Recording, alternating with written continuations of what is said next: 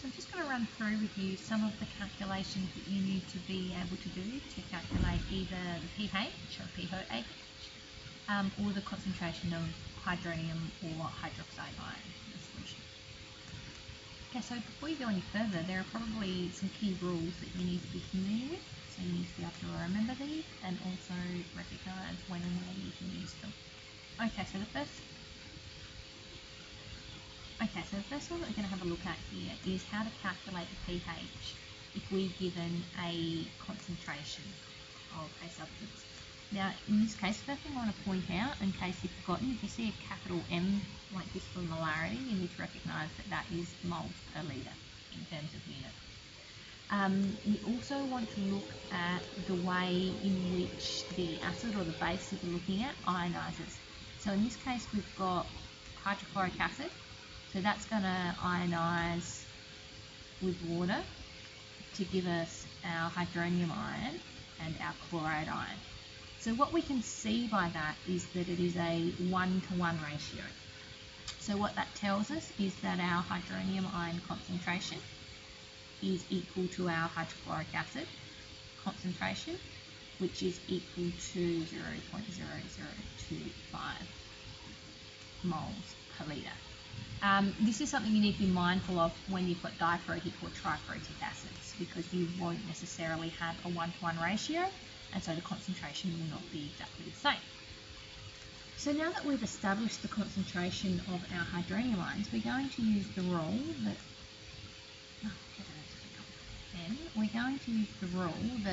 pH is equal to negative log of the hydronium ion concentration.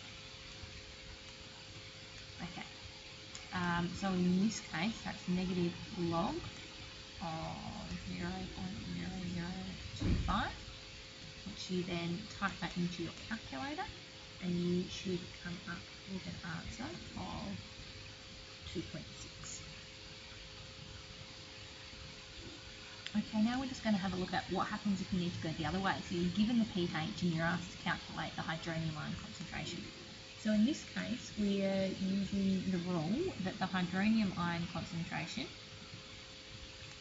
is equal to 10 to the power of negative pH. So in this case, that's 10 to the power of negative 2.6. So if you put that into your calculator, you should come up with an answer of 0.0025. It's a concentration, so we're dealing with mole per litre for our units. Now, in some situations, you'll be asked to calculate the pH when you've actually got information about a base and not an acid. So to get to the pH, you firstly have to calculate pOH, and so that's just negative log of the hydroxide ion concentration. So in this case, that's negative log of 0.005. And typing that into your calculator, you should get an answer of 2.3. Alright. So the next thing is we have to go back to that rule of pH plus pOH equals 14. And rearranging that, we can come up with pH is equal to 14 subtract pOH. So in this case, that's 14 subtract 2.3. So we end up with a pH of 11.7. And generally, if we've got a significant concentration of our hydroxide ions, we'd expect a high pH like this, which indicates that it's a basic solution. Okay, so again, you might be required to go the other way. You might be asked to calculate a hydroxide ion concentration given a pH of the solution. So we used the same rule that we did last time, and that is that the pH and pOH equals 14. But in this case, we need to go backwards from our pH to get our pOH. So pOH is 14 subtract the pH. So that is 14 subtract 11.7, which is going to give us a pH of 2.3. So we can, pOH of 2.3.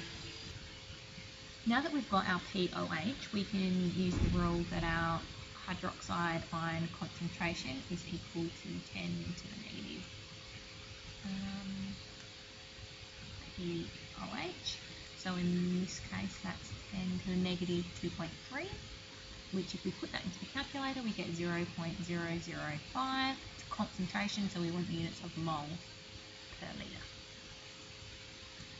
So just to recap, we've got our general rules that you will use in different situations at the top here. We've had a look at how to calculate pH given a concentration. Then we had a quick look at how to calculate the hydronium ion concentration given a pH. Then we had a look at how to calculate pH given a hydroxide ion concentration. And we also looked at how to calculate the hydroxide ion concentration given a pH.